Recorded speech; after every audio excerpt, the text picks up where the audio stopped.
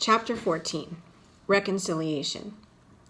Reconciliation, the act of bringing together after a difference, as in to reconcile numbers on a balance sheet.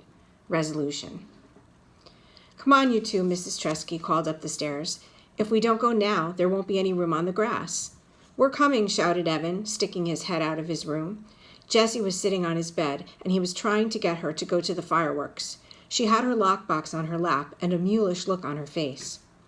"Just say it's a tie," said Evan. "Come on, Jess. This whole thing is stupid, and you know it."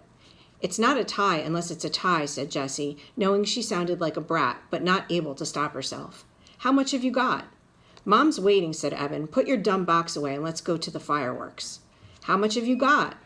Evan tensed up his fingers as if he were strangling an invisible ghost. "Nothing? Okay, I've got nothing. Look." He turned the pockets of his shorts inside out.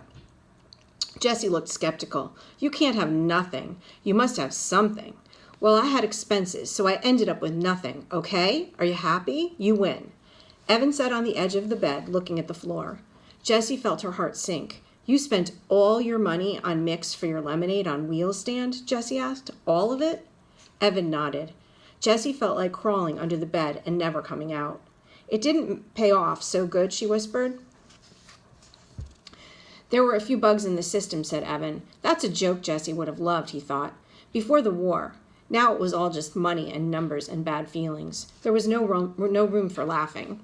"Oh," said Jessie, her voice the size of an ant. She stared down at her box in her lap. "I've got—" She opened the lid of the lockbox, took out the change tray, and pushed aside all the scraps of paper she had collected and the comment card from Megan. She stared. "Wait a minute. This isn't my money." She picked up a handful of wrinkled, bunched-up bills. Evan lay down on the bed and covered his head with his pillow. Jessie counted the money quickly. $62.11? Where'd this come from? "I'm a mummy," said Evan from underneath the pillow. "What?" said Jessie. "Take that dumb pillow away. I can't understand what you're saying." She hit the side of his leg for emphasis. "It's my money," he shouted, still through the pillow. "It was $103, but then I spent $41 for the lemonade on wheels stand, so now it's just $62. Your money? But where's my money?" Evan pulled the pillow away from his face. His eyes were closed. His nose pointed at the ceiling. He folded his arms across his chest like a dead man. "I took it." "Well, give it back," said Jessie. This time she hit the side of his leg for real. "I can't. It's gone." He lay as still as a 3-day-old corpse. "Gone? Gone where?" Jessie was shrieking now. Never in her life had she worked so hard to earn money. Never in her life had she had more than $100 in her hand. Never in her life had she had a friend who trusted her like Megan had. "I don't know. It was in my shorts pocket, and then I played basketball with the guys, and then we went to Jack's house to swim, and I took off my shorts and borrowed a suit, and when I went back to change, the money was gone." He sat up and faced his sister. "I'm really sorry." In a real war, you fight. You fight with your hands and with weapons. You fight with anything you've got because it's a matter of life and death. Jessie felt the loss of her hard-earned money like a death, and she ripped into Evan with all the power in her body. She punched him. She kicked him. She threw her lockbox at him. She wanted to tear him into little pieces. Evan didn't try to pin her, though it would have been easy to do.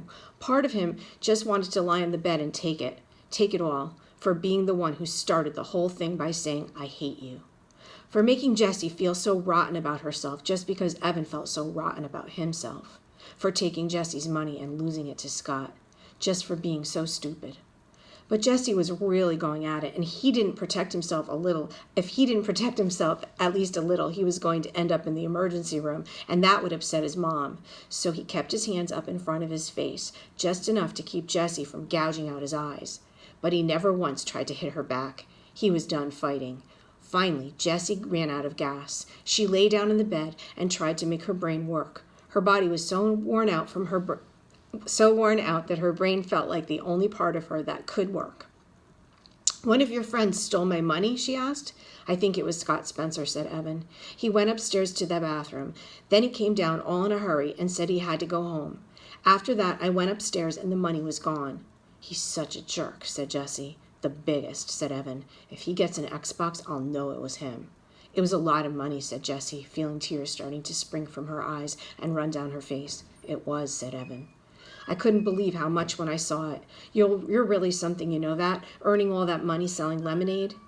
Thanks, thought Jessie, though she couldn't say the word. Why'd you do it, Evan? She asked. She meant, why'd you take the money? And why'd you act so mean? And why'd you start this whole war in the first place? There were too many questions. I was mad at you for putting the bugs in my lemonade, he said. Well, I was mad at you for saying you wanted to pulverize me, she said.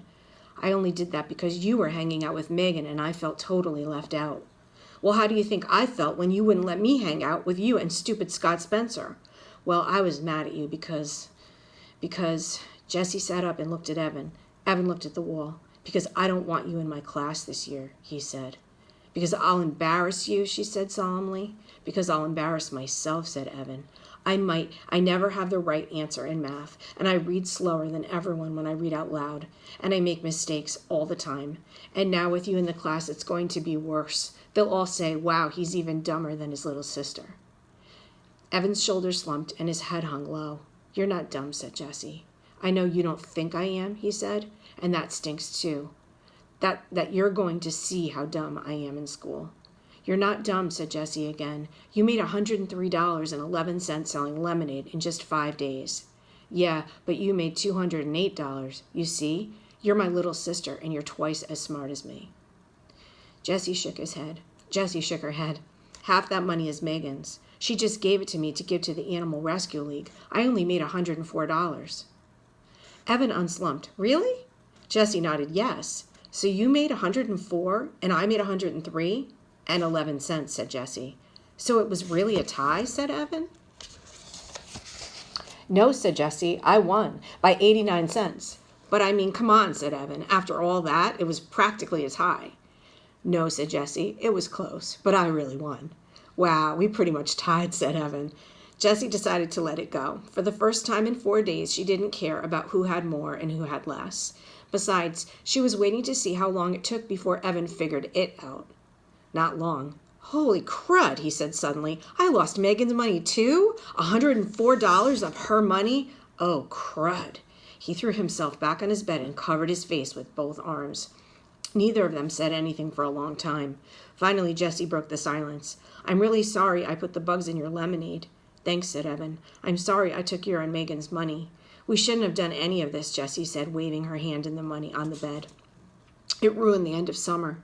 Yeah, the whole summer's been crud, said Evan. Not the whole summer, just the last 5 days. Remember we went to Bar Harbor and we swam in the pond? Jessie couldn't stand Evan thinking their whole summer together had been crud. Yeah, but I think the last 5 days kind of cancels all that out, said Evan. I can't believe I have to tell Megan Moriarty. She likes you, said Jessie. Evan sat up, surprised. Really?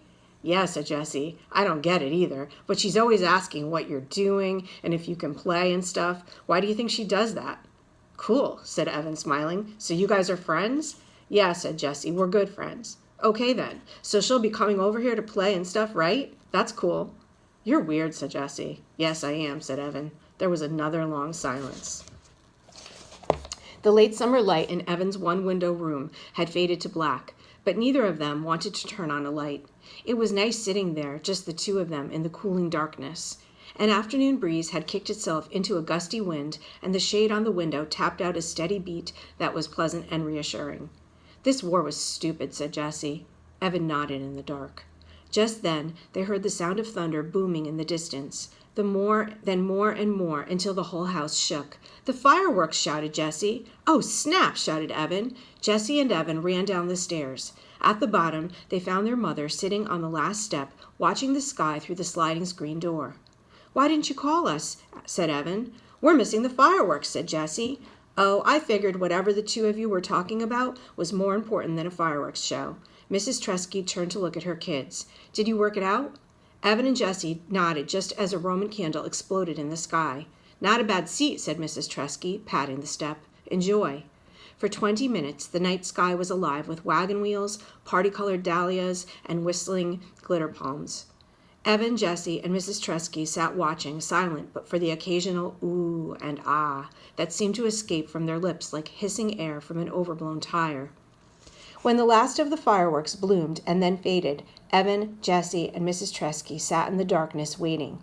No one said anything for several minutes, and then Jessie whispered, "It's over." Yes, it was over. Wait, said Evan. Was that? What was that? What? asked Jessie, straining her ears. Listen, in the distance, a boom and a rattle. More fireworks, said Evan, staring up at the dark sky. Where? I don't see them, said Jessie. All of a sudden, the sky split in two as lightning sliced the night. An explosion of thunder rolled through the house, rattling the windows and pictures on the walls. Rain poured from the sky as if a gigantic faucet had been twisted on. Yow! Shouted Mrs. Tresky, leaping up from the back step. Battle stations!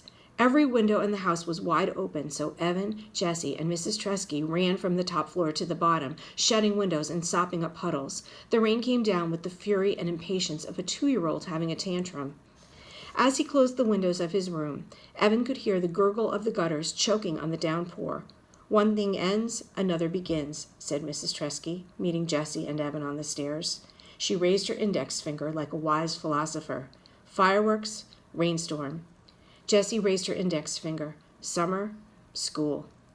Evan raised his index finger. War, peace. Then they laughed because it was silly, the three of them acting like wise philosophers, standing on the stairs. That night, before she closed her door, Jessie whisper-shouted to Evan, who was already in bed. Hey, I've got an idea about getting Megan's money back.